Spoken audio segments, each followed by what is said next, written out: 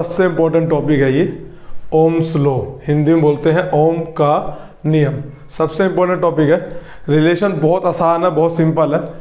ठीक है, पहले समझते हैं फिर उसकी डिफाइन देखेंगे क्या होता है। ओम्स लॉ में कहा गया है कि कोई भी एक कंडक्टर है, उसके दो एंड है, उसके बीच का potential difference is directly proportional to the current flow through it. मतलब पोटेंशियल डिफरेंस करंट के क्या होगा, डायरेक्टली प्रोपोर्शनल होगा। ठीक है, एक मेन चीज रखनी है ध्यान में कि टेम्परेचर रिमेन्स सेम।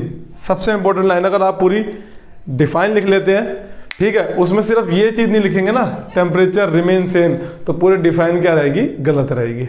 ठीक है, हिंदी में किसी भी, मान लो ये एक कंडक्टर है, चालक है, उसके दो एंड है, ठीक है, इनके बीच का विभवांतर इसमें प्रवाहित होने वाले विद्युत धारा के समानुपाती होगा।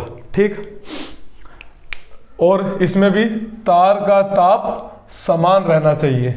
ठीक है, अब डिफाइन देखते हैं। देखो, the potential difference V across the end of a given metallic wire, कोई सी भी एक मेटेलिक वायर होनी चाहिए, ठीक है, इन एन इलेक्ट्रिक सर्किट, पूरे सर्किट में, is directly proportional to the current flow through it.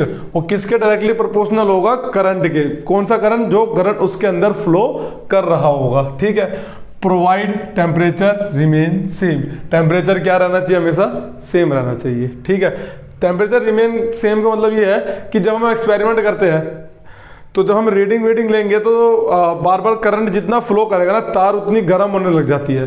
तो हमें उस चीज़ का ध्यान रखना है कि टेम्परेचर को मेंटेन करके रखें। ठीक है, टेम्परेचर को ना ज़्यादा होने दे ना ही कम होने दे, मोस्टली ज़्यादा ही होता है। ठीक है, तो टेम्परेचर को हमें क्या रखना है, सेम रखना है, तब जाके पोटेंशियल डिफरेंस डायरेक्टली प्रोपोर्शनल होगा करंट के। हिंदी में, किसी धातु के तार में प्रवाहित होने वाली विद्युत धारा उस तार के सिरों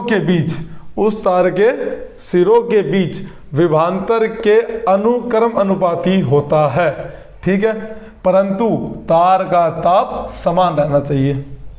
ठीक, आज का मैथमेटिकल गणितीय एक्सप्रेशन देखते हैं।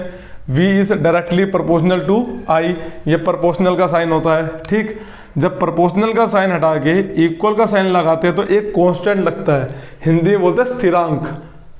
इस इक्वेशन में वो स्थिरांक है रेजिस्टेंस R।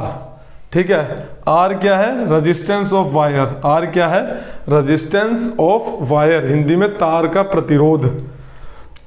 रेजिस्टेंस का मतलब ये समझ लो कि कोई भी जब किसी चीज को रोकता है ना, वो रजिस्ट कर रहा है, उसको क्या कर रहा है, वो रजिस्ट कर रहा है।